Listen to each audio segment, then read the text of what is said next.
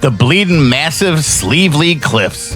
At approximately 1,972 feet, they're Ireland's best kept secret and the country's highest cliffs accessible by foot. They are majestic, mythic, and tower way over the Emerald Isle's Cliffs of Moher, where Hollywood filmed The Cliffs of Insanity for the 80s favorite The Princess Bride, and the sea cave scene in 2009's Harry Potter and the Half-Blood Prince, when Harry and Professor Dumbledore travel by apparition in search of one of Voldemort's Horcruxes. Situated about a 45-minute drive west of Donegal Town, near the town of Teelin, they overlook Donegal Bay. The Slieve League have not been in many major motion pictures, and the locals like it that way, boasting fewer crowds and deeper awe, making for a more serene and dramatic experience. Check out these cliffs in back of us, Darlene. Wow, huh? These insane cliffs, my lord. What a sight to them. Said you can see some people up there on the top of that ledge. It's insane. There's two people. One man's pass.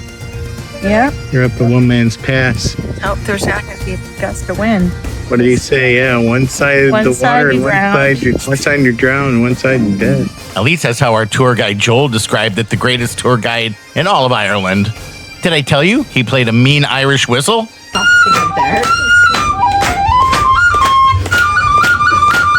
Hey everyone, it's Hollywood Greg. In back of me is beautiful Killybegs. Green, lush, and use those words a lot. The cliff experience, oh my God, enormous. You're not gonna believe the incredible views we had from up there. God just like molded this right out of the earth. Had the great tour company, Chieftain Tours. Highly recommend going with Joel because they will get you on a smaller bus that can actually take you up the hill to the cliffs. Otherwise, you got to climb it on your own. Before that, we got to go to Donegal Town and got to go to Donegal Castle and get history on that place. Just nice old inner city castle. A key stop on Ireland's Wild Atlantic Way, Donegal Town is a foodie paradise featuring award-winning restaurants specializing in fresh local caught seafood. The main square is known as the Diamond, a lively area lined with what Darlene and my parents would call knick-knack shops. Chock full of t-shirts, high-end Connemara jewelry, musical instruments,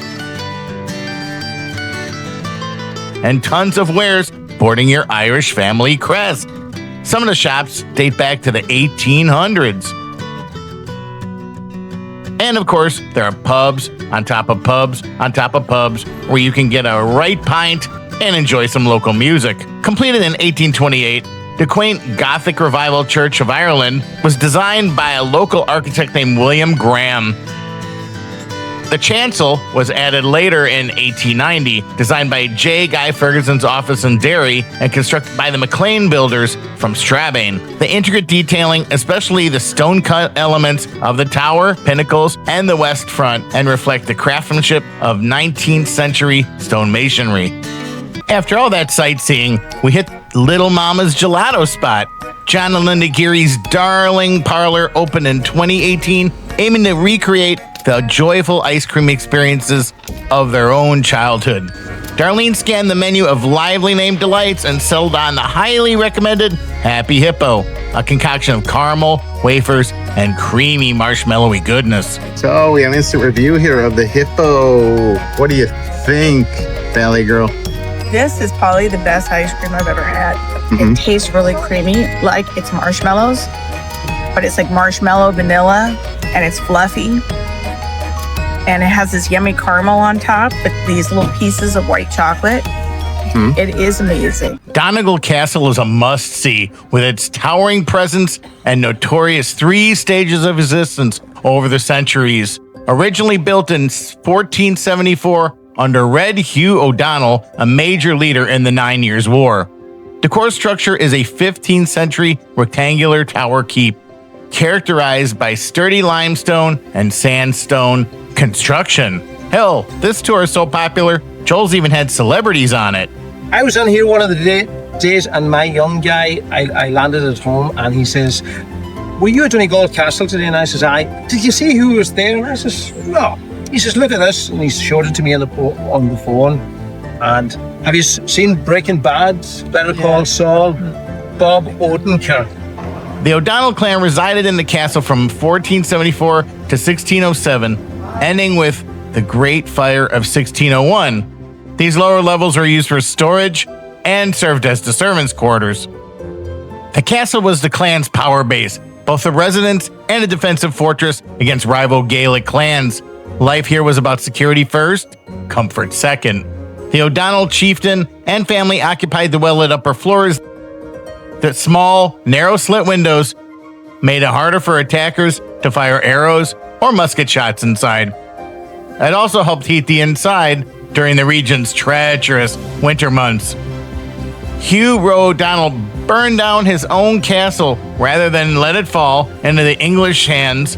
Stage 2 was its ownership by an English plantation family, the Brooke family, from 1611 to the 1670s. Sir Basil Brooke added an elegant manor wing in Jacobean style. The large mullioned windows were a statement, a symbol of English dominance over the Gaelic lands, and were very modern for rural Donegal. The tall, decorative, ornate chimneys and the astonishing detailed stonework of the fireplace were not just for ventilation, but also a showing off of wealth and sophistication. And this is very much now a piece of propaganda. This is very much to emphasise when you come in through that door over there into this room, that there had been a change of regime here in Ulster, here in the Northern Province after 1611. Before that date, this area was under Gaelic and Catholic rule. After 1611, this area was under British and Protestant rule. And you can see that by the fact that there are no Irish emblems on this fire surround. There's no harps or shamrocks, there's no O'Donnell emblems on this. Instead, it's all British symbolism. By the end of the 18th century, the Brooke family had largely abandoned it and became a roofless ruin. It was later restored in the 1990s and is now open to the public as a World Heritage Site. Before we go hunting for giants, let's enjoy this northern headlands region of the Wild Atlantic Way, a coast that needs an Enya soundtrack, but I can't afford Enya, so you're gonna get this uplifting guy.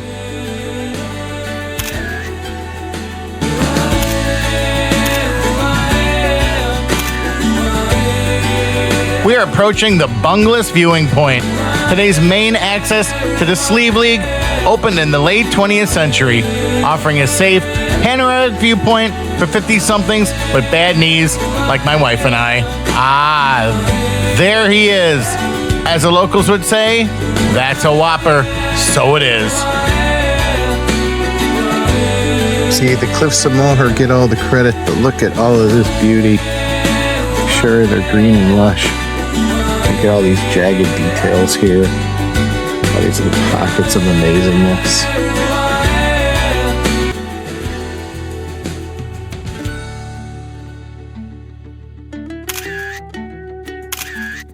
Got my new Donegal cap on, and we go up.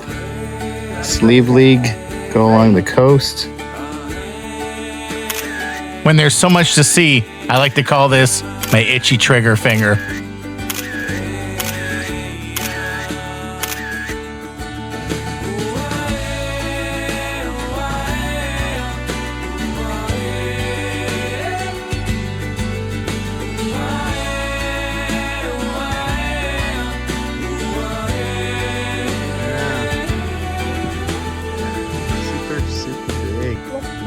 Said you could see some people up there on the top of that ledge. It's insane. Look at that. There's 2 people. One man's pass. Yeah. We're up at one man's pass. Oh, there's a gust of wind. You seal your own fate up there. No second. What did he say? Yeah, one side One the side water, you and drowned. one side you're drowned, one side you're dead.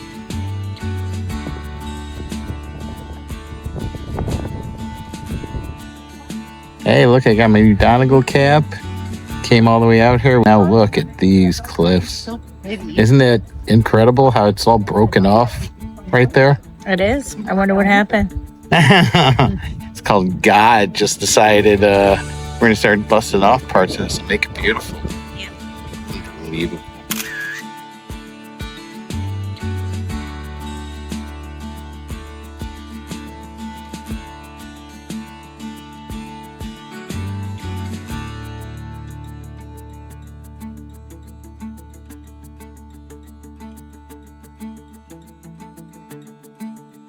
And just when we thought these would be the last insane views supplied by our superhero Joe, oh no, don't you dare go away. There's a post-credits sequence at the Rusty Mackerel. Yeah, you know, the one that Sarah Jessica Parker and Matthew Broderick like to hang out at when they're staying at their house in Donegal. Ferris Bueller and Carrie Bradshaw like to kick it and have a few Guinnesses, enjoy some of the incredible Irish culture and incredible seafood. Established in 1892, this is literally an institution in more ways than one. You can drink, you can sing, and you can crash at their swanky accommodations just a drive away from the cliffs. I had some incredible bangers and mash. Valley Girl Darlene had some delicious stew. And together, we shared some mushy peas. But the real star of the show, as I already said, was Joel and his beautiful Irish whistle.